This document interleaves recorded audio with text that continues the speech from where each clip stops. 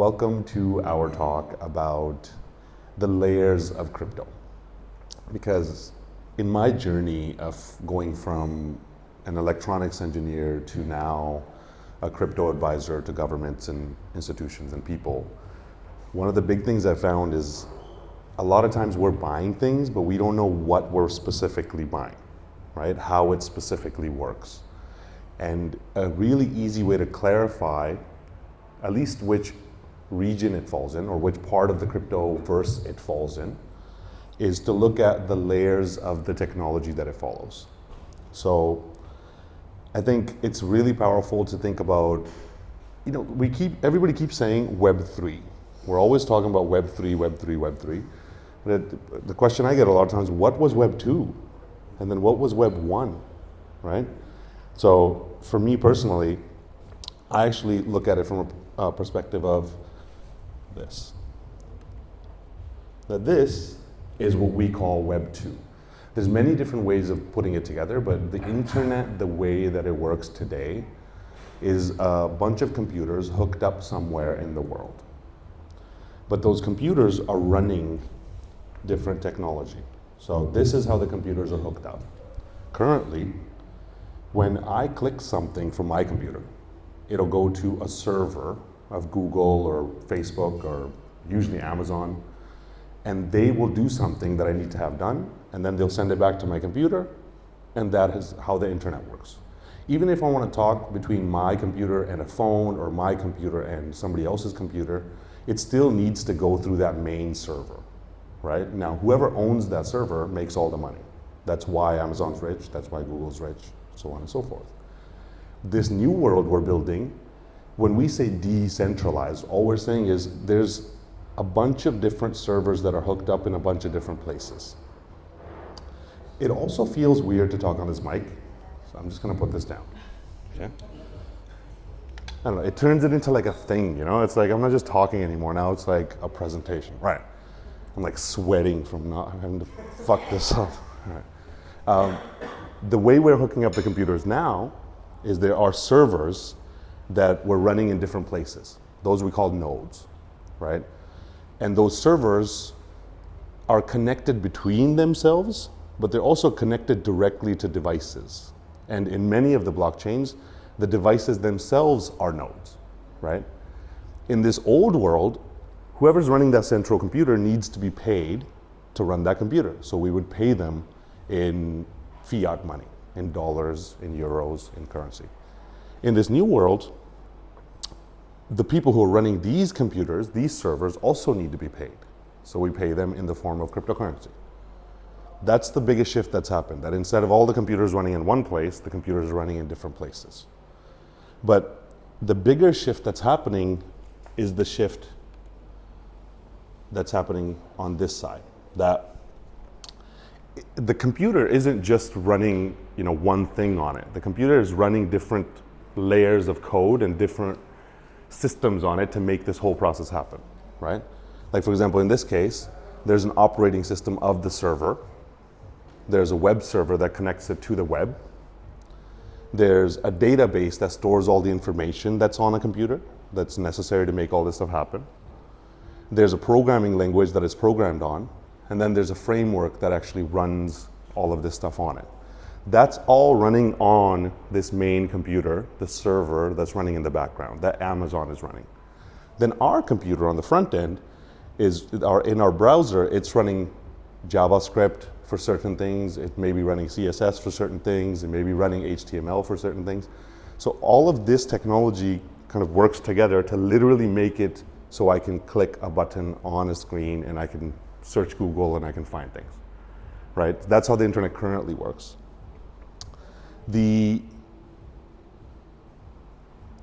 So in this old world, I can't own the servers. I can own the computer on the front, but I don't get paid to own it. I can't own the servers. I can own the company that owns the servers. I can buy stocks of a company that owns the servers. But even buying the stocks, I can buy it because I'm, Western. But Ketut can't buy it because it's not allowed, because you can't access Amazon stock. Why? Because that's just how the unequal world has worked, right? In the new world, in this world, I can buy either a server, I can run a node myself, or I can buy one of the coins that lets me use the server, right? So that is what we're buying with cryptocurrency. That's what Bitcoin buys you. What a Bitcoin is giving you 1/21 millionth the processing capacity of the nodes that run Bitcoin, right? With Pulse Chain, you're getting, Pulse X is a coin that allows you to run the processing capacity of the network called Pulse X, right? A certain amount of it. It's like gas, but so now, okay, so on the computers themselves, it's just paying for gas, right? Bitcoin, the only function it has is to pay the fees for me to transact in Bitcoin, right? Where it gets a little bit more complicated is, actually before we get to that point, the shift that's happening in this Web 2 to Web 3 shift is in Web 2, I would buy shares, right? We had shareholding as the way of generating wealth. The world we're moving into, we get to buy a piece of the infrastructure that is running the whole system itself. We're not just buying a share of the entity that holds all of this technology, because then the entity still gets to make all the money and gives me a little piece if they like. I get to buy one of the coins that actually allows me to own a piece of the functionality of the infrastructure itself, right? So one is gas fees. Another one is, so it makes the system faster as long as the hardware runs faster. Actually, it makes technology slower, right? Because Amazon is going to make decisions the way that it's going to make. It's going to use the fastest computers. It has a lot of kind of speed of operation. Whereas with this, okay, if everybody owns the coins, we have to get consensus from everybody. There needs to be consensus algorithms that need to make sure everybody's all the nodes are running on the same page, which takes time, right? So the actual functionality is slower. Even the deployment actually ends up being slower because it's decentralized, right? That's why it's been a decade and a half and we still haven't seen this kind of mass adoption that we've all been waiting for. But it's more secure, but technically slower, right? But down the road, what's going to end up happening is AI and robotics and all these systems will use these systems, right? They're going to run on systems which aren't just owned by one entity. Amazon and them will have their own robots, but the global network of robots and AIs will actually use these decentralized systems which are beyond countries, beyond companies, beyond borders, basically, right? So this is why we need more computing power, as well to the likes of Brenda and that area. Need more power to drive all this. So the question is this why we need more computing power? Not particularly, but the growth of this is much faster than the growth of something like Amazon, right? So that's why we need more computing power, because you can hook up a server, I can hook up a server, we are hooking up servers, we're incentivized to hook up servers, and as we continue to do that, we need more power. Actually, the real kind of power discussion is being had around how AI consumes so much power to make things work. Just the functionality of AI takes a ton of power to make it work. This system is proliferating the infrastructure that runs that at such a fast pace that it's increasing the need for power, right? But what I want to explain is, okay, what we just talked about is just running the computers, just paying for gas fees. That's down here in layer 0 and layer 1. So in the same way when we're looking at the internet, we're saying this would be like layer 0, the framework that runs it. This would be like layer 1, the programming language that runs it. This would be like layer 2, layer 3. Well, that would be like layer 2 where there's databases storing info.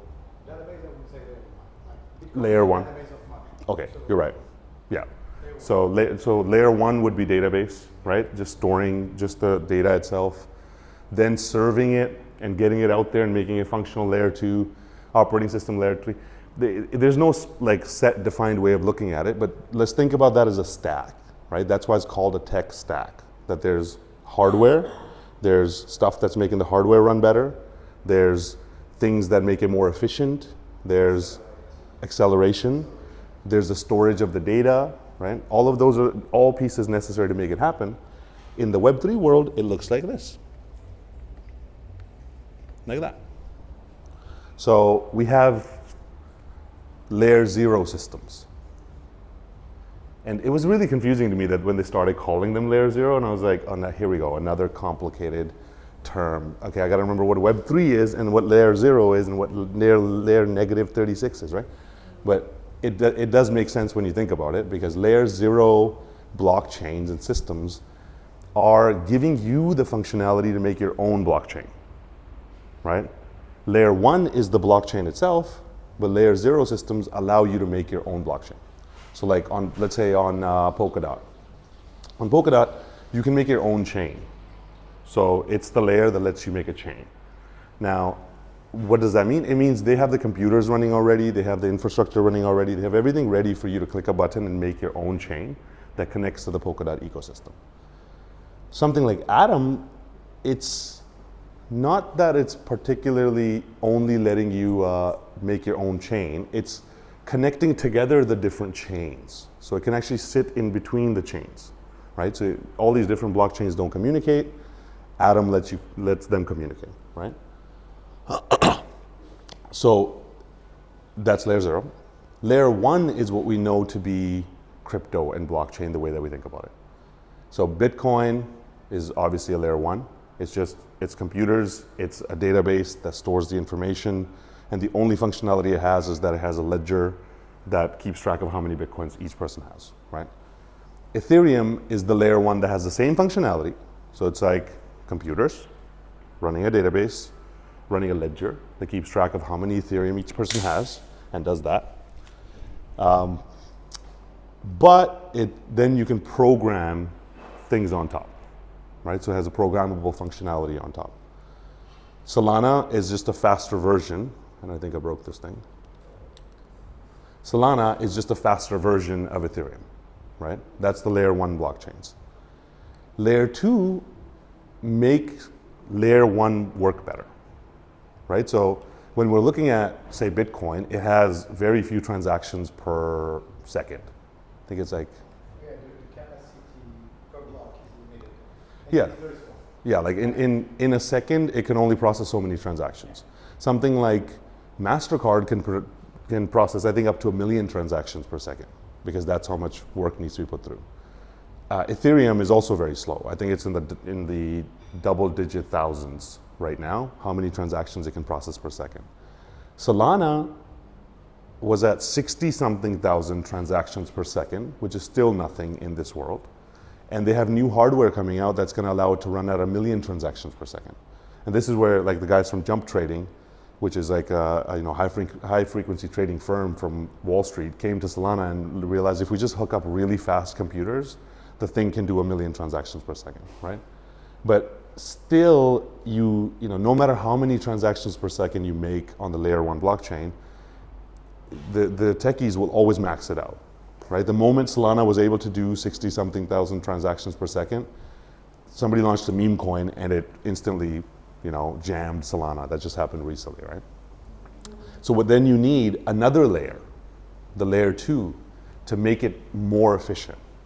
So what layers 2 do is, instead of having, let's say, 60,000 transactions per second, the layer 2 does a whole bunch of transactions and compacts them and turns them into one transaction on the blockchain itself. So basically, layer 2s make it more efficient to run it. Can you get that mic, please? If I may share an analogy. Yeah, please. You may share an analogy now. The way I see layer 2 is like, if you walk into a bar like we are today, you can go, you can place an order, pay for the order, place another order, pay for the order. Or you can open a tab and pay when you walk out. That's exactly what the layer 2 is doing. And, then it minimizes the impact and the load on the layer that is underlying, basically. Thank you. Can you please mute that mic? I love analogies. But that's perfect, right? You can actually make it work more efficiently by just by putting all the transactions through at once. And I'm just trying to zoom this thing in so I can actually see what is going on. Vlad, please cut this out of the recording.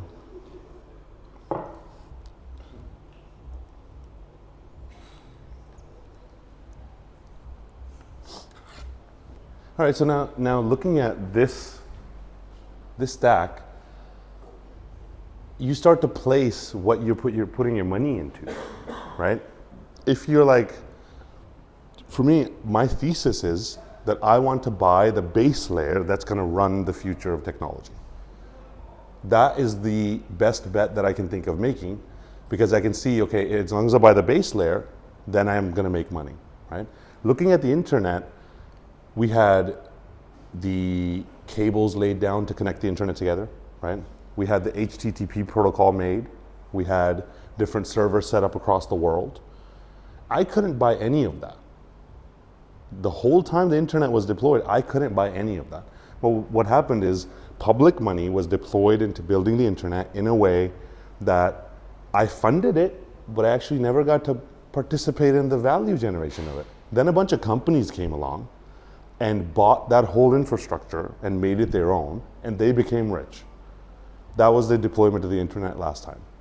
I was like a baby at the time, you know. If I could have come out of my diapers, I swear I was thinking that. I was like, goo goo gaga, poop my pants, and then I was like, you know, this internet play, next time you're not letting me go, okay? Like, but this time around, I don't poop my pants anymore. I don't have diapers, and I realized we can buy the infrastructure, right? We can buy the literal infrastructure.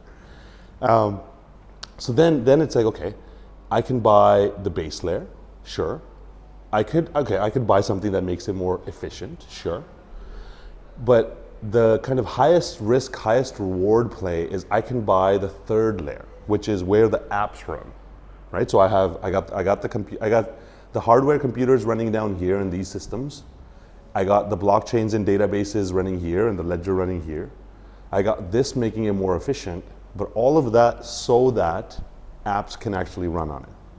And those apps are the ones that actually do stuff, right? Those are the dApps, decentralized apps. Same way, there's going to be a Tinder, there's going to be a Facebook, there's going to be all this stuff. Right now, what we've seen is we've only seen financial apps. We haven't really seen any significant apps that are running that are doing anything like we're used to. We haven't seen social media. We haven't seen the decentralized Google. We haven't seen many of these things, right? But those apps are where the real magic is happening. And that's where the most amount of money is going to be made. And most of those apps haven't even been invented yet. The vast majority of the biggest cryptos in the world have not been invented. It'll take until 2028, in my approximation, for this stuff to be deployed in a way where those things will start to be developed. By 2030, everybody will be investing in this space, right? Now, that's also where the highest amount of risk is, right? So, for example, when Uniswap came out, we didn't really understand what DeFi was, right? We understood what finance was. We understood what financial products were. We understood what an exchange is. But until Uniswap came out, we didn't really understand what a DEX was. Now we know what a DEX is. The idea of a DEX has been invented, right? Now this time around, the DEXs of Solana have been invented. So investing in this layer, it has the highest risk because there's new models, new apps invented, which we don't know how to participate in. But here's a simple frame of thought that Gary Vee said works really well. He said, I just find, what is this the new of? Right? I love that. So it's like, he just goes, is this the new Twitter? Is this the new Google? Because we don't need new things. We just need better versions of the things that we already have, right? So for the apps, we look at, okay, what are the new things? What is this a better way of doing old things? Like Uniswap was a better way of doing, trading, exchanging. Now for Solana has Jupiter. Actually, Solana technically has Orca. Orca is a better, cheaper way of trading, so it's a better Uniswap. Then it has Jupiter, which aggregates all of those things together, all the exchanges together, and then that makes it even better for you to be able to find better prices, right? So a way of looking at the apps is it doing something better? Is it something that's going to be useful going forward? Now, that is actually the simplest way of looking at the stack, right? But that is not particularly where the most amount of opportunity lies in this world. So actually this is just, like you were saying, for layer 2s, how many different ways can you set up tabs, right? How many different ways can you have efficiency? Yeah, different technologies different ways I love the tab analogy. This is different ways of opening tabs on Ethereum. Polygon opens it using child chains and Plasma. All of these guys open it using that. These guys are all using a technology called roll-ups so that they can just make a ton of transactions and then those get put into the Ethereum chain. These guys do this, those guys do that, those guys do that. And then you start looking at all this and it just like hurts your head, and then you just close it and then you leave it and you just go back and you just buy Ethereum and you're good with it, right? But the real opportunity that's coming up in this process is not so much to just look at the stacks of the technology. Above the stacks of technology, not even above, let's say, okay, well, you have a computer that's running, that's doing all this stuff. In the classic world, we have Amazon running the computers, we got the website running all of this stuff, but actually, there's a whole bunch of stuff that's in the world that is doing things, right? Like for example, for AI, we have servers running matrix calculations that make AI run. We're definitely gonna need that in the Web3 world, right? So there's a decentralized version of that hardware called Render, right? That is doing the same thing, but I can own it now, right? So what it is there's GPUs running across the world, and they're all hooked up to Render, and I can participate in the hardware that's actually running AI by buying this coin that runs the GPUs. So this sector that's developing is the DePIN sector, the Decentralized Physical Infrastructure Network sector. And what that is basically the infrastructure that does a bunch of other stuff beyond just the layers of the blockchain itself. This is where we start to get a little bit more complicated. But for example, this hardware analogy, right? We have Solana running. Solana has an app running on top called Render on the layer 3 blockchain. That app, what it's doing is if you have coins on that app, it gives you access to use the GPUs that people have hooked up to it. Now, those GPUs you can use for AI, you can use them for metaverse, you can use them for video rendering, you can use them for functionality we haven't even thought about. GPUs are very useful. So then if I'm like, I want to make an investment, and we did this a while back, and the idea was, okay, if we buy Render, it gets us access to metaverse, gets us access to AI, gets us access to gaming, gets us access to all these things. Please don't just go out and buy Render right now. You will lose all of your money. I guarantee you that. Okay? Yeah, if you go and buy all of these things without thinking about it, the chance of you losing all of your money is almost 100%. It's pretty close to 100%, right? But that's the idea, that if I want to participate in these different sectors, I look at which hardware is going to be required for those sectors to function, and then I make a purchase of the biggest player in that space and the most developed player in that space and hopefully crush it. And that was beautiful. You know, it was like $2 something was the entry, and then $7 to $10 was the exit. Yeah, it's fantastic. Up to 12 was the exit. I like how proud you are. It's like, up to 12. Set the standard, like if it's that Web3, people are going to own the service rather than a company. Who's going to set the standard for the hardware on those? This is a really good question. So the question is, It's only going to be as fast as the slowest piece of hardware, right? so exactly. So the question is, with Web3, if who is setting the standard to make sure that we have efficiency and everything's running fast? This is where I think full decentralized, full Web3, full everybody gets to make a decision systems are not the way forward. Right? I think things like Solana I love, because Solana is actually pretty centralized. There's nodes running, but they're controlled. There's a lot of systems in place so that they can upgrade. For example, with Solana, the jump trading guys just hooked up a really, really fast computer, right? Really, really fast node. And all they have to do is just hook up the node. And then any transactions they process through the node, they just run better. And high frequency trading, if you have like a millisecond advantage, you are a billionaire, right? And the jump trading guys, that's why they call jump trading, because they just jump over you and they make all the money. So systems that are more centralized and the decision making is more controlled by the people who know what's going on are going to win out. Now, that also means they're more controlled, right? That means if you do something, they can block you. All the kind of downsides of not having decentralization come in with that as well. But that's why Ethereum's so slow. Ethereum to upgrade, Bitcoin's like built to be slow, right? If you try to like change the fundamentals of Bitcoin, it takes forever. Any kind of upgrades take forever. Ethereum's decision making takes forever. So there's benefits and downsides to that. It's like if it's Amazon, they're selling a product, they have to provide a good product constantly, right? And they have singular decision making. Amazon has singular decision making. They're just going to give you the fastest, best that they can afford. People are going to go somewhere else. Exactly. I think what's going to end up happening in this world is when quantum computers come along. When we have quantum computing, the jump in processing capacity is going to look infinite compared to what we consider to be the kind of growth rate. At that point, these issues will become negligible. Because I think for us, it'll become negligible because we need certain transactions per second, and that's feasible. I think AI and all these computer systems, they're going to be running on microsecond speeds, so then we'll have the next layer of kind of issues with it, right?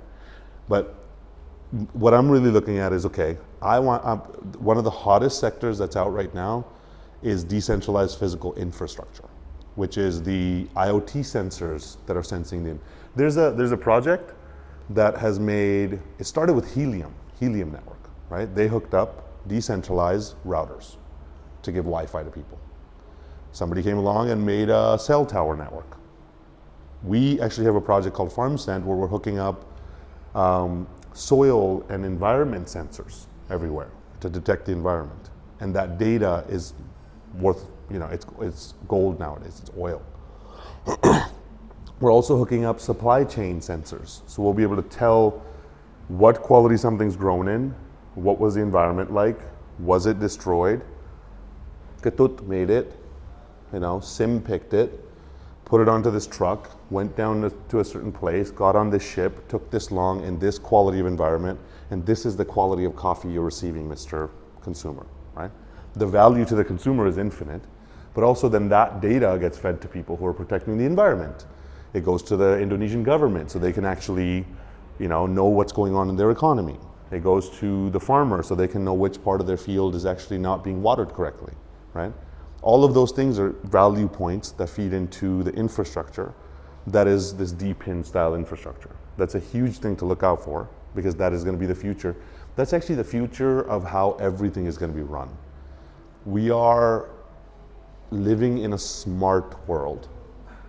And the smart means, the word smart actually means self-monitoring. What was it? Self-monitoring.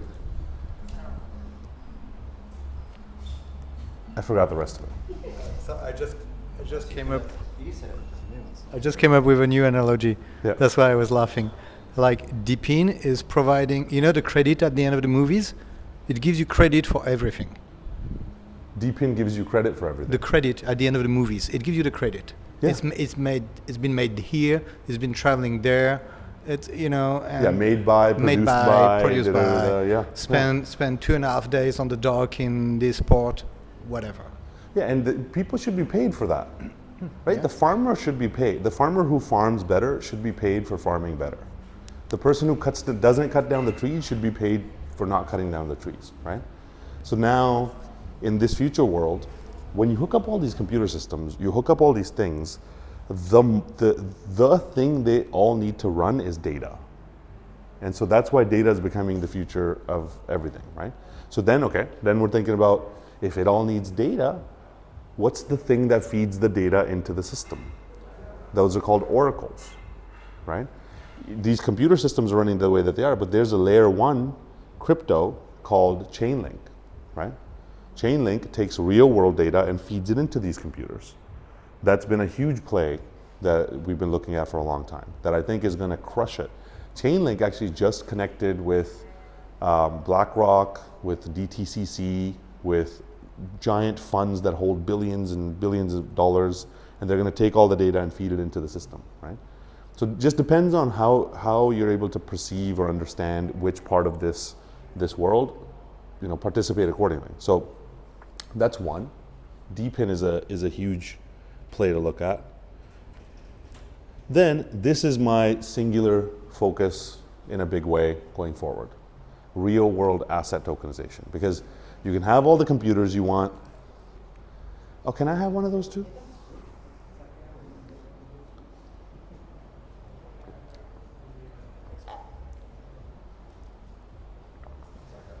Thank you.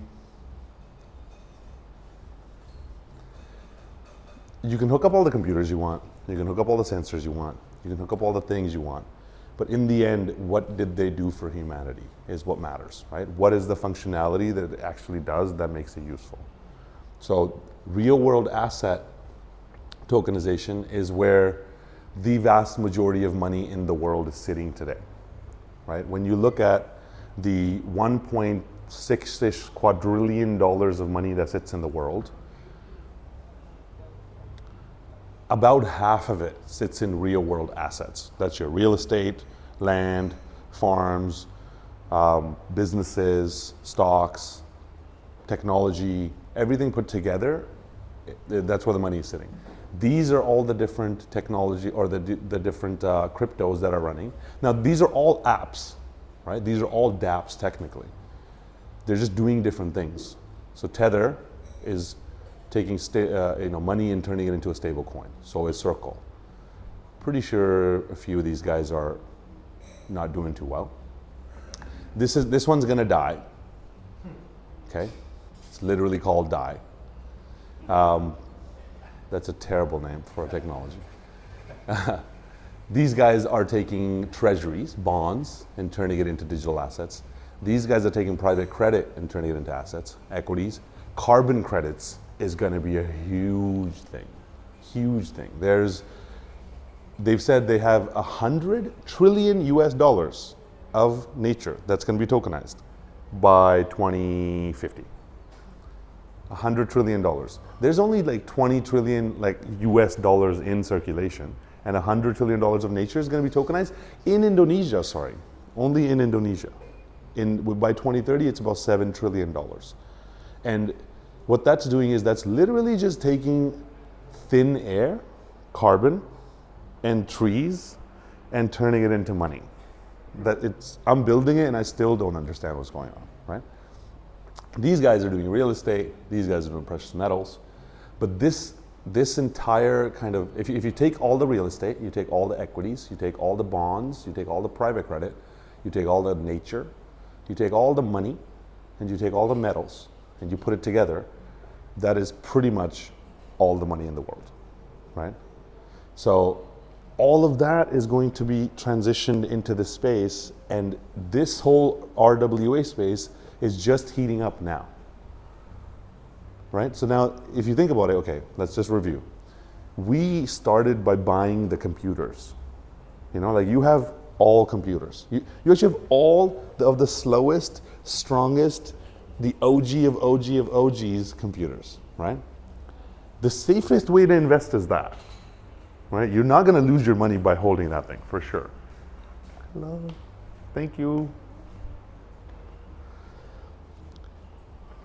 But so then, as you're stepping out into the risky space, do you just go buy all of these things? It's like, no, I'm going from super secure thing that I understand, computer network stuff. I'm not just gonna go buy, what is it, Swarm Treasury tokenization. Why would I do that? Now I'm diving into the deepest end of the risk pool, right? I'm going right up the layers to a brand new developing space, and I'm buying the apps that are there, right? For some people that might be good. For other people that might not be great, right? But if we're at that level, then the first step is to think about if I'm a low risk person, maybe I just buy another one of the computer systems that I kind of understand that's going to be a little bit better. That's what happened with Solana, right? Solana is just a better, faster computer system, and buying that has been very successful for some people. If you're in that middle range and you're like, hey, I have, I've been doing this for a while. I understand high frequency trading, and I understand the treasury space, and I understand all of these things. I see he's already thinking about it. He's like, which ones am I going to pick up? He's already figuring out the details. Exactly, right? So you have the expertise to actually understand what all of this even means, right? And then you figure out which areas you want to dabble in, because to you can conceptualize the use case of what those things are because you're used to it. For the vast majority of people, a lot of these things don't even make sense, right? And so at this point, I would like to say a word that most people get scared of. Meme coins. It's okay. It's going to be fine. It's all right. They're not a scam. I'm just kidding. Most of them are scams. The vast majority of them are scams. Like 99.9% of meme coins are scams. But it took me a long time. We've had this discussion 1,000 times, and I'm glad we finally actually figured something out. That meme coins are tokenizing culture. They're tokenizing attention. And I'll be honest, people are retarded these days. People are retarded these days. And in Bali, we're allowed to say that word because that's how I grew up, okay? Because people just only care about stuff that's stupid. TikTok. It's a NASCAR thing. Yeah.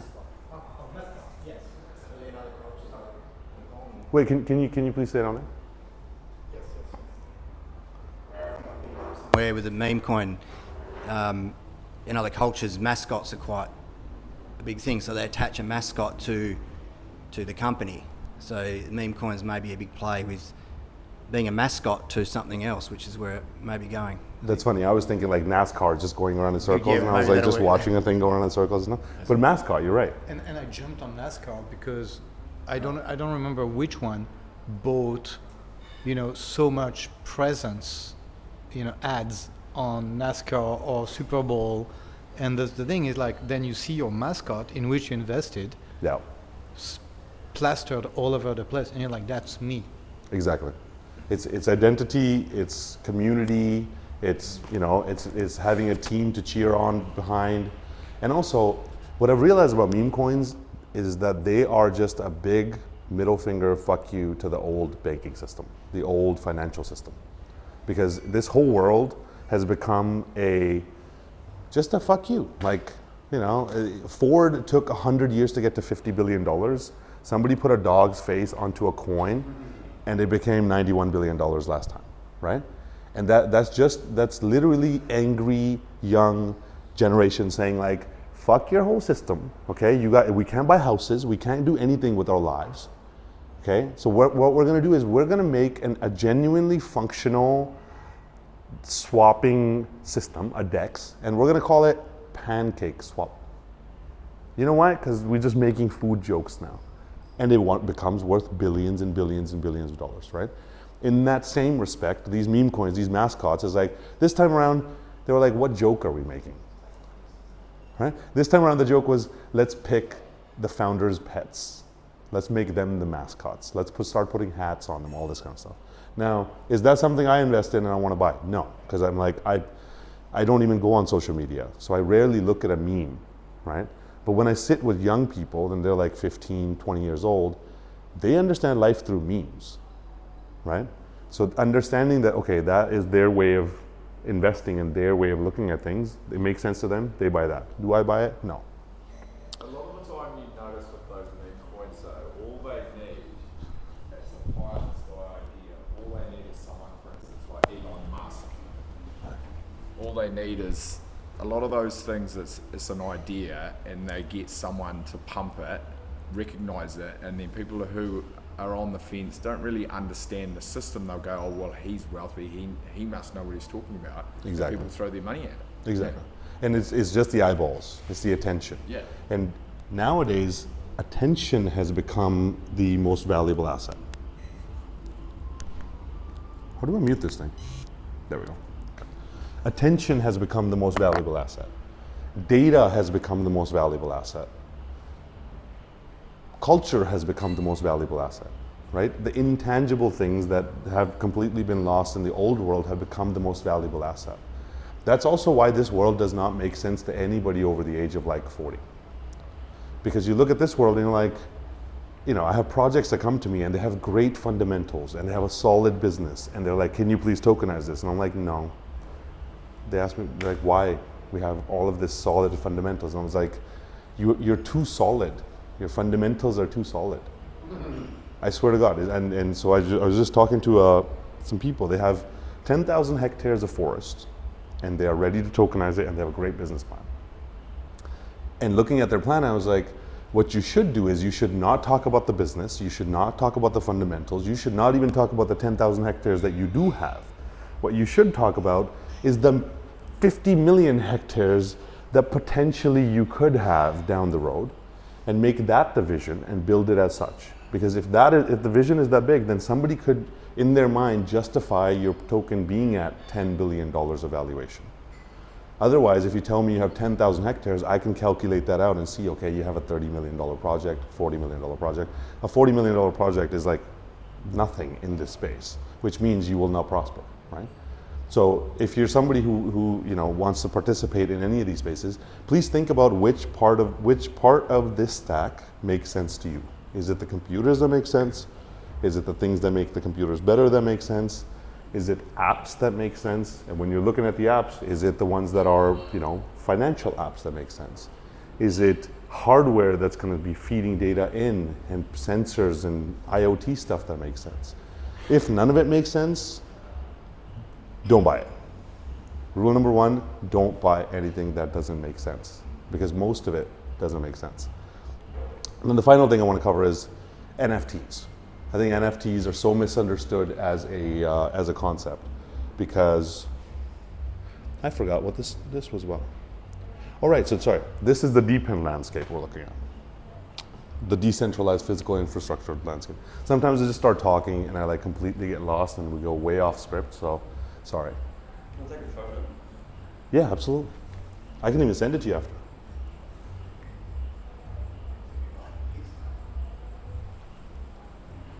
Can we take a photo of the other that last page as well? Sure. Wait, one sec. There we go. Please don't post this on social media. If you do, don't tag me. If you find me, please.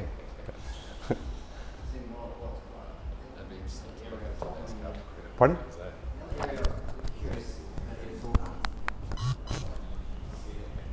Sim, the other area I was just interested in your comments on was staking.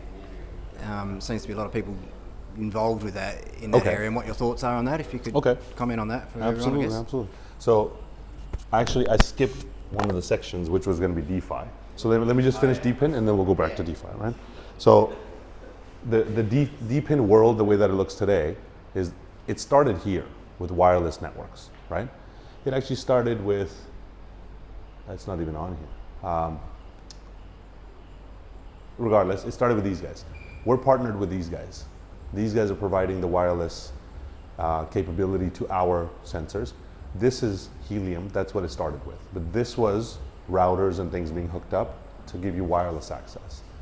Then it became physical resources. So now we got a bunch of sensors, we got supply chain sensing things, location sensing, mobility, mapping, smart home. This is all actual like physical things happening in the physical world and actually sensing all that. Then there's like modular versions of DePIN. This I'm still trying to figure out what it all means. I'll be honest, I have no idea what this is. Then we have compute resources. So this is, you know, decentralized GPUs. Pretty sure these guys are decentralized CPUs, GPUs as well. They're decentralizing the hardware that actually does the computing. These guys are doing the transcoding and indexers. This one, Pocket, we did great on, because it's literally nodes that are doing this very specific function in the world, in the internet world, called RPCs, right? Then you have decentralized storage, because you got to store all the stuff somewhere. Decentralized bandwidth, not too sure how they're doing that. decentralized artificial intelligence hardware, and then this is all the file storage stuff, right? All of these are functionalities that run in the background to actually make the internet work, and they will be needed in the future. We don't know which one of these is going to be, you know, the winners and which ones are going to be the losers. All I know is there's probably going to be, if I had to guess, it would be about $2-ish trillion that are going to go into this space this time around, minimum. And $2 trillion flowing in makes all of these things go to a whole different level, or many of these things go to a whole different level. So the question that you asked earlier, Ryan, was staking. Where does staking fit in, right? So staking is a functionality delivered by the apps that are part of the DeFi ecosystem, right? Should we be doing it, I guess? I don't stake because I've seen the most amount of people lose money in crypto by staking, right? And here's the staking scam, right? It's like I have Bitcoin. It's just sitting there. I want to make a little bit more Bitcoin. That'd be really nice. So I give my Bitcoin to somebody, and they go, I will give you 5% on your Bitcoin. I'm like, great, 5% on Bitcoin. So I hand them my Bitcoin, and then they lock it up. What they do is they then lend it out to somebody else who says, I'll give you 7%. So they make 2%, give me 5. They give my Bitcoin to somebody else. That person gives it to somebody else who gives 10. And that person gives it to somebody else who gives 12. And then we end up at the Lunas of the world, where now, you know, I have to make 20%, or the Celsiuses of the world, where we're making some ridiculous amount, right? When it works, it's perfect. But when it comes to the unwind of the crypto space and it's time for me to get my Bitcoin back, everybody's rushing in to get my Bitcoin back. So now if 6 guys need to give back the Bitcoin for me to get my Bitcoin back, and I never get my Bitcoin back, right? So one of the theses that we're going to be discussing in these talks is the real vision, don't fuck this up thesis, right? And one of the core things of that is don't stake, don't give it to anybody, don't do anything with it. Yeah. Yeah, exactly. Don't chase the pennies. Make sure you give away your dollars for the pennies. Well, I think that's the analogy, isn't it? Don't trip over the pennies to chase the pounds. Or Exactly. where the bigger picture is just holding and being safer with it, everything. Yeah, I mean, okay, so it depends on your kind of agility in the crypto markets, right? On the way up, leverage isn't the worst thing. Leverage is how you get hurt, right? Staking, in my perception, is leverage. On the way up, sure, you can do a little bit of it, not with your main bag. Never give your main bag to anybody. Main bag you hold yourself. Maybe you have some, 10% of coins, you're like, I'd be happy to risk these and stake these. You can stake those, right? I don't stake anything, right? I just eat steaks. Right? We don't. But there are different levels and risk profiles with that. With in the staking platform. I don't know if that was something you still hold your keys. You're still holding it, but there's obviously some risk involved to get that back. I've just seen too many of these scams. Yeah. Every time there's always there's something that looks like, okay, I'm staking it, but I'm holding it. Oh. But just think about this. Any percentage we receive, especially in an asset, is equivalent to the amount of risk I'm taking on the asset, right? I'm already taking a big risk taking money out of the bank and putting it there, right? Then if I'm getting 1%, okay, that's, I guess safe. If I'm getting 5%, I'm taking 5% worth of risk. But whoever's giving me 5%, when you look underneath what they're doing, they're earning 7%. And in the end, I'm not really holding it. Now, something like, okay, ETH staking, the protocol itself is built with staking pools built inside of it. I'm okay with that, right? The protocol itself is staking for you, that's fine. You're still gonna be locked up in some capacity, but then what's happening then? You stake it, and then you have liquid staking. Pardon? This is where it should stop. Exactly. Yeah. Offers you to stake. Yeah. And basically, Ethereum offers you the possibility to stake ETH to secure and operate the network. Yeah. That is literally the function of one of the function of your token. Fantastic. You can choose that. But then when staking your ETH, you get a liquid version of the same token, which has kind of the same value but not exactly the same, which you can stake again on a different network. Then and you rinse and repeat that 2, 3, 4 times. Yeah. Yeah, that feels very much like FTX to me, at least. And that's where the risk comes from, right? Yeah. Even if I'm somebody who staked my ETH just the normal way, and I haven't taken that liquid staking risk. So, I didn't stake it and then take the liquid token and stake it and then take the liquid token and stake it. I didn't have a Russian doll of staking.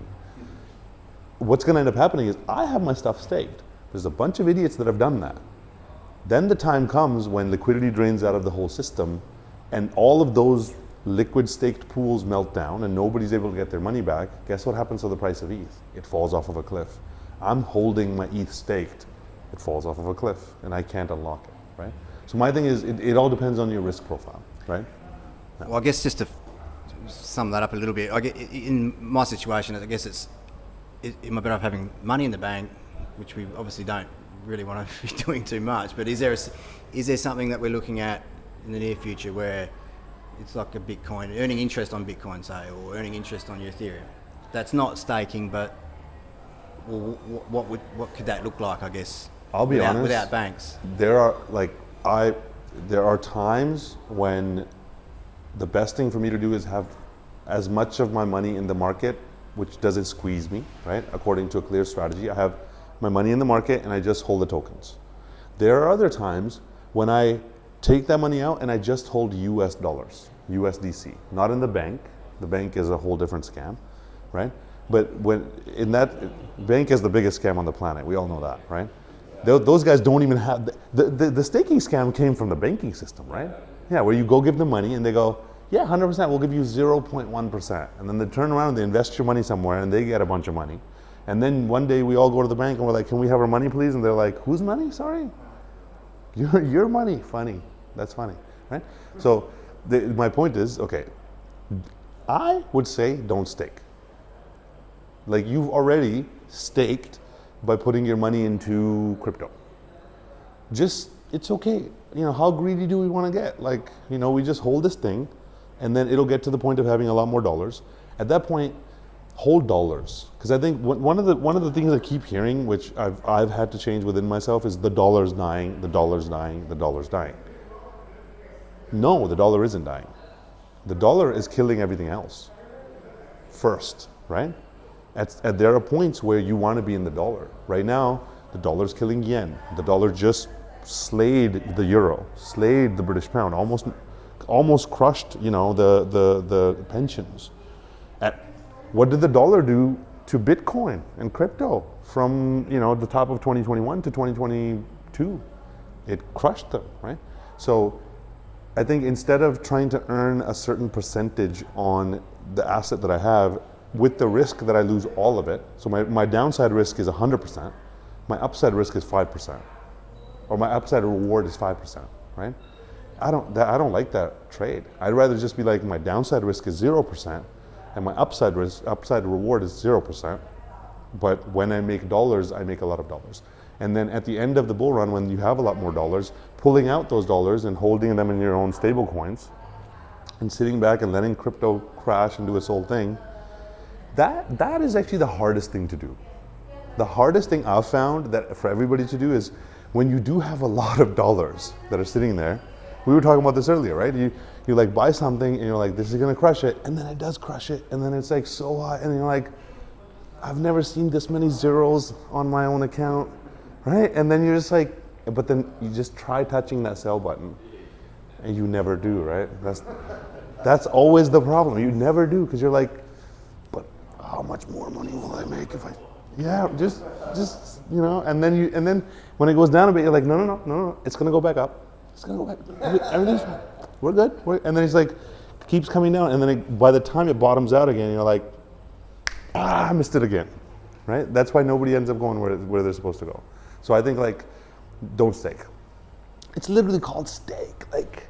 Well, I was moving to the bank right now. Yeah. Interest, or is it something else? But I guess that is you're either in or out. So we've spoken about this. We've spoken about this, right? You know my favorite place to stake is me, right? is you. Like, if I take just a little bit of that money and I put it into you, you take your money and you put it into yourself, you put it into your business, your skills, your earning potential, you will out earn anything that is gonna, you know, pay you from staking. Yeah, it's much harder, right? You got to sit there and do all this stuff, but in the end, you're the best asset. So I think I'm going way too long on this. So what to do with all this info, right? Thank you for the great question, by the way. What to do with all this info? My thing is, first step is create an investment thesis for yourself. Create a reason why we're buying the things that we're buying, right? What is it that you perceive? What is it that you understand? Make sure you have that understanding within yourself. Then look at the risk of things. This is what we're talking about now, right? That it looks easy to be like, click a button, put a thing here, earn 5%. But then when you really start to think through the risks of it, you're like, that the risk is I will never get my money back, potentially, right? So understanding the risk of the things that you're getting into. And if the risk doesn't feel right, it's not worth doing. Diversification has been something that I feel like I'm a little torn on, because, you know, the Warren Buffetts of the world have always laughed at diversification. They said diversification is for idiots, right? Because it's for the people who don't know what they're doing. And I feel like I'm an idiot, so it's good that I'm diversified, right? For most people, having enough of a diversification between these sectors means that, you know, we can handle a lot of the volatility that happens. The best investors in the world don't diversify very much. They simply just pick one good bet and they just go with it, right? Choose what level of diversification you'd like to have. And then there's the long-term, short-term kind of way of thinking about it. I'm going to say something controversial. I've said it before, but I'll say it again. I think Bitcoin is not going to make people money this time around, 100%. I think Bitcoin is going to just keep you on this roller coaster of, you know, 30, 80, 30, 80, 30, 80 until about 2028, until we all give up, right? That's because the Bitcoin thesis is that, okay, the dollar system is going to collapse, therefore we're all going to make money. Well, that takes 15 years, right? It takes up to 30 years for it to play out. My thesis tends to be a little bit shorter term than that. I have a 5-year kind of plan, which is like, buy something, when it goes up, sell it. Just whatever it is, sell it. Take your money, like actually get your cash out, do something with it. Ideally put some percentage into yourself, and then wait, let the whole thing reset and go back and buy it again, right? But again, like, these things are our babies, right? These aren't just coins anymore. Like, that you get married to these things, you know what I mean? Like, Bitcoin does not have a marketing team, yet has billions of dollars worth of marketing that gets done. You know why? Because the moment you own one, you're like, this is my baby. You know, you start talking about it like, this is Sharon, that's my baby. And I'm investing into her. And, you know, all that. So my thesis is, don't get too married to these things. They're gonna break your heart, okay? Like, they're all here to like screw you over. So just, my thesis is, buy it. When it goes up to some point, take it out, sell it. Actually, What's that point where it goes up to? Where you sell it? okay, so now this is what we've been discussing in a few of these talks, but it's a great question. When they stop printing the money, sell it. That's it, right? It's like, when they introduce liquidity, make sure you've already bought by that time, or buy it then, which we're about to move into now, right? In like over the next few months, or probably out until the beginning of 2025 latest. When they start printing money, buy and hold. And when and the world gets chaotic at the same time, when that money printing cycle shifts, which is looking like end of 2025, somewhere around 2026, sell it all, right? I don't even wait until it stops. I just, on the way, I'm taking profits. And then at some point, like this time around, you know, we got into a bunch of stuff. Bitcoin ran up, unexpected, nobody saw it coming. And we had a trend-based stop loss that was following it all with like a huge gap. It's not even that, you know, you keep it too tight, huge gap. But the thesis the whole time was, I'm gonna sell the stuff that's in profit. Render goes from 2 to 12, but the stuff that's in profit, when Bitcoin turns around and hits my stop loss, right? It went to 73 and it came back and it looked like it hit my stop loss, and now I'm sitting there like, this is supposed to be the beginning of the bull run. I know, and I'm like, I'm not selling my baby now. They're so young. They have so much ahead of them. They're gonna grow. But AI, You know, AI is going to do great. It's going to be used like, and it's done great. But the thesis was just sell it, right? And so ended up selling it at 63. And the calls I got, you know, people are like, "Did you just say you sold it?" I'm like, "Yeah, the plan said sell it." They're like, "You're an idiot," right? I had arguments with people like, "No, because I know I'll fuck it up, right? The problem always is me. Like the person who blocks me from making money is me. The strategy is the strategy, it works, right?" So then got out of 63 and then had I still have it, months and months of like anxiety where you're just sitting there like, I hope this is not the worst decision of my life. I hope I can, you know, whatever. But when you talk about watch when they're printing money, yeah. would it,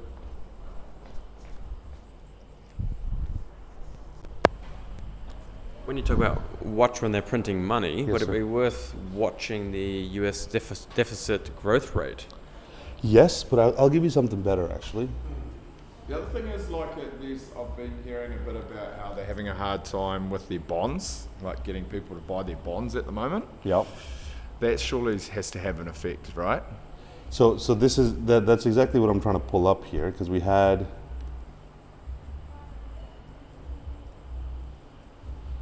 There is the idea of liquidity is so complicated that it's been 15 years and I'm still trying to figure it out, but this is the best kind of way of looking at it and it has bonds included in it. Actually, liquidity isn't just the money that they print, right?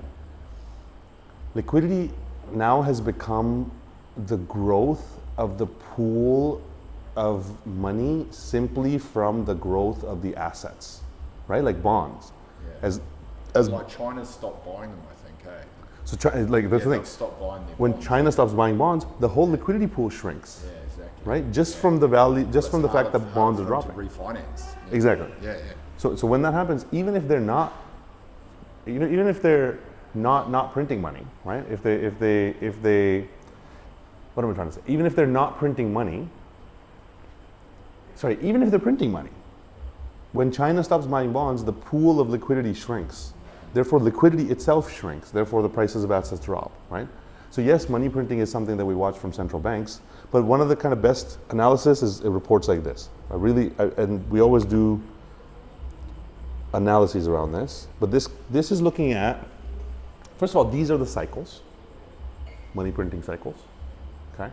We are at the bottom of this money printing cycle. So if you look at this, so this was the COVID boom, right? Peaked out. Now we've had the banking crisis. That was actually the bottom of this printing cycle. But what I love about this guy is he gives you something like this.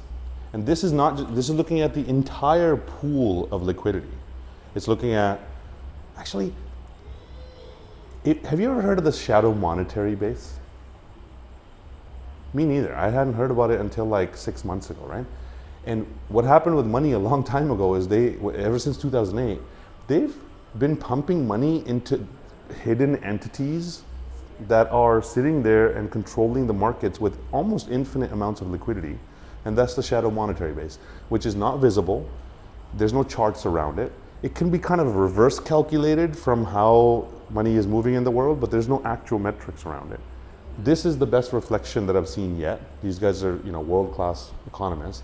And from this I look at, okay, which direction is the liquidity going? It's going up. It's going down. It's going to shoot up. It's gonna shoot up. Right to the top. Exactly. Well beyond the top. Like this time around, they had to print this much money to save the world, right? The last time they printed that much money to save the world. This time around, they had to print at least 3 to 4 times as much money to keep the world going the way that it is, which means you're right that this is going to shoot to some bananas number, which is going to inflate assets at a level that is going to it's you know how like when you come to Indonesia and they're like, this is 100,000, and you're like, sorry, how much? It's 100,000. Like, I have to like ship this meal is a million. ATM and you're a millionaire. Exactly, right? You buy some drinks, you're just paying millions and millions for it. You have to shift the zeros in your thinking. That's about to happen with the US dollar. Well, we're going to have to shift our thinking in the zeros, right? But what they're saying is, this little run we had now, right? This is what actually pumped Bitcoin now. This is the actual bull run. This little bump is what pumped Bitcoin now. And everybody here was telling me we're going to go to the moon. But the liquidity was telling me we're not going to go to the moon. Set the date somewhere. Oh yeah. Yeah. Synchronizes, right? Pardon? Synchronizes kind of the Bitcoin pattern. It's like almost spot on. And actually what ended up happening is right around here, liquidity turned first. But Bitcoin had this kind of final push up. And at that point, you could see that as liquidity turns, risk taking goes higher and higher because people look for better returns. So liquidity turning first gave us a signal, hey, there's no fuel in the rockets for us to go to the moon, which means take your profits, right? That's why I've been screaming from the rooftops, take your profits. Now, the fact that it's actually trending downwards and Bitcoin is doing its, now recently in this little bump, Bitcoin's had a nice pump over the last few weeks, almost a month, right? That's telling me there's a divergence there. At the same time, when you're looking at the business cycle, you're looking at, it's called ISM new orders, which is manufacturing industry survey about new orders. That's all trending downwards. Yields are turning around and they're about to go positive, which is usually a signal that shit's coming. So how about this? I'll make a prediction. Let's see if it's right. Made it 1,000 times. We'll make it again, right? Between now and the end of the world. That's the prediction. Wait for it. Between now and the end of the world, I die. That's the prediction. That's the prediction. Yeah. I'm gonna nail it. That's 100%. It's inevitable. That's my prediction. Okay. Sorry. Okay. So between now and the end of the year, it's gonna feel like the world ended. Between now and the end of the year, something is about to happen. It's gonna be a black swan event. It's gonna be unpredictable. Nobody's gonna be able to tell. It might end up being bird flu gets released and becomes the next pandemic. I think it's gonna be bird flu gets released, a cyber pandemic hits, banking meltdown happens, commercial real estate has a meltdown at the same time, currency crisis happens across the world, natural disasters happen, everything all at once. It's being called a poly crisis that we're moving into. Because that is what's required for this next stage of money printing to happen. And the amount of money that needs to be printed is absolutely bananas. Right? So if that is what's about to happen, then like whatever we're holding, just hold. If you have cash, get ready to deploy it. And even right now, we were looking at a lot of the stuff, it's already reset back to its baseline. So there's assets ready to buy now. There's a bunch of stuff that's going to pull in, like your Solanas, Bitcoins, Ethereums. All of them are going to pull back for a great entry price. And at that point, get on the ship, because on the other side is a complete fucking meltdown. But sorry, to answer your question, this is how we look at the liquidity. What does anyone, I'm only just starting to read about him, but what is Martin Armstrong saying at the moment? You know how he's got that whole... I don't know his thesis. There's a movie about him that's called The Informer. Yeah. And so basically back in the day, he created a calculation of how money was flowing around the world, and he could predict when there was going to be peaks and troughs in the market. He actually got locked up for like 12 years. They put him in Guantanamo Bay because they tried to say that he was manipulating the markets, but basically he had figured out when he could see the markets were getting stressed and like, so he, like, even when GFC, other things, he actually told people, like, it's called Socrates, so I haven't quite subscribed to it yet, I'm just reading up about it, where he basically told everyone to get out, and then he basically, and then a couple of days later he said, in 3 weeks, get back in.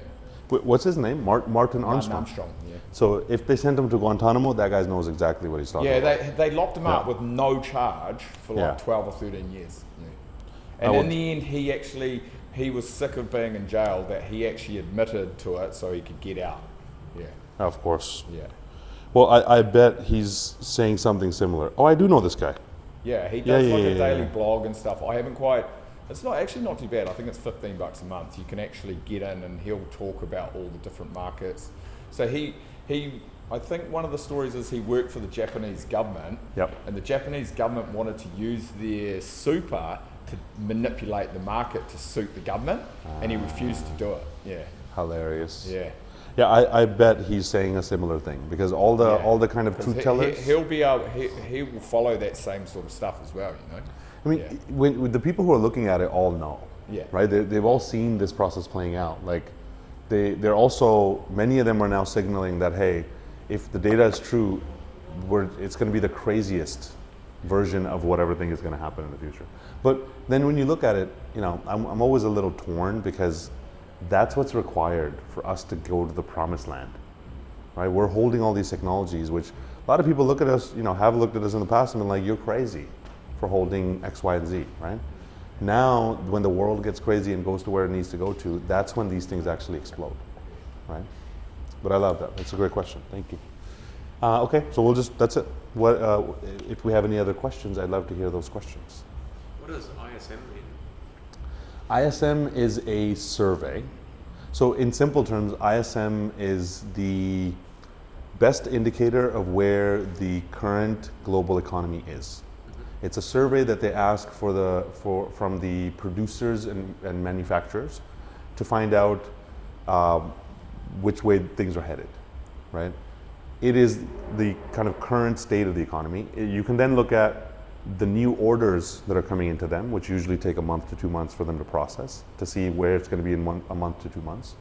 And right now, the ISM has been on the downwards trend. So this was COVID, right? Everything turned, and we thought everything was going to be great. Yeah, And April the 1st when it first kicked off. right, yeah. So then it's like, yeah, right around then, ISM falls off of a cliff, and then that was the best buying opportunity that we've had. A similar thing is playing out now. Now, I want to be fair. This is the 1 month lead indicator is saying downwards.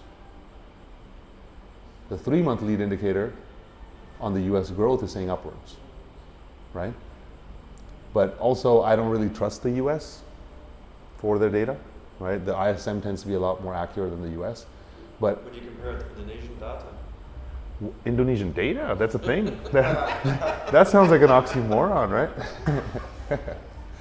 Yeah, I mean, and actually technically speaking, like all the countries have, right now the data says that all the countries look like they're going into great growth. While when you look around, people are hurting, people are, you know, suffering, people are not spending money, everybody's wallets are tight. Yet they're saying the economy is great, everything's great. Usually, the last time that happened and every time before that, when they go, everything's great, but people are hurting, it manifests itself in some big way, and there's some excuse coming that's gonna make it so. So what I also do is I take this and I rewrite it into, you know, basic English, and we send that out. But this actually is one of my favorite reasons why I think there's going to be a big crash in the markets, because every single time U.S. rates are high, and then they drop the rates. They drop the rates because there's some kind of chaos that's happening in the world, and in that dropping of the rates, Or just to milk it up a little bit more? well, it's the, like, you know, it's a scary. I always say they scare you out of the assets before the real run happens, right? And this time around again, we're convinced that like, no, nobody's selling Bitcoin. Oh, there's an ETF, and there's always just 1,000 reasons why, but something scary is coming, and the stuff's gonna drop, and then we get to buy up all these things at pennies on the dollar.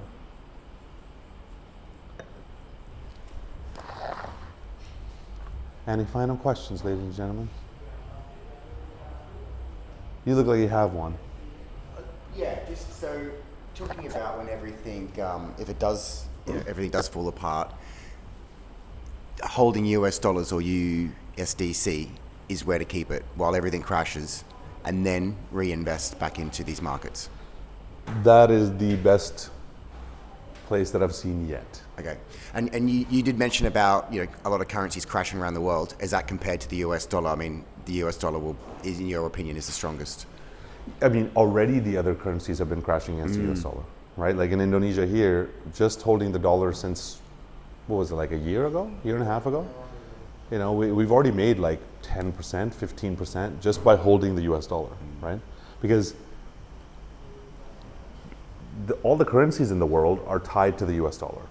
The debts in the world are issued in the US dollar. as the US dollar gets stronger against the currency, it takes more and more of your currency to buy the US dollar, to pay back your debts. So what you do is you start selling that currency to buy the dollar to pay off your debts, which strengthens the dollar, right? So it's like it's a self-fulfilling mechanism. And that's what's happening a lot at the moment.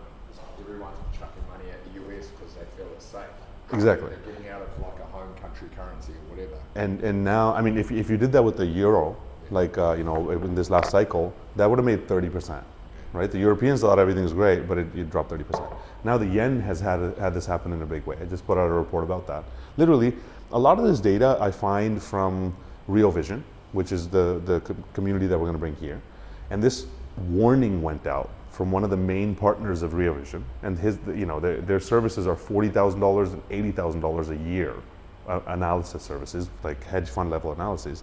And this guy jumps on and gives a 5-minute like heartfelt report, and he's like, look, the yen is melting down against the dollar.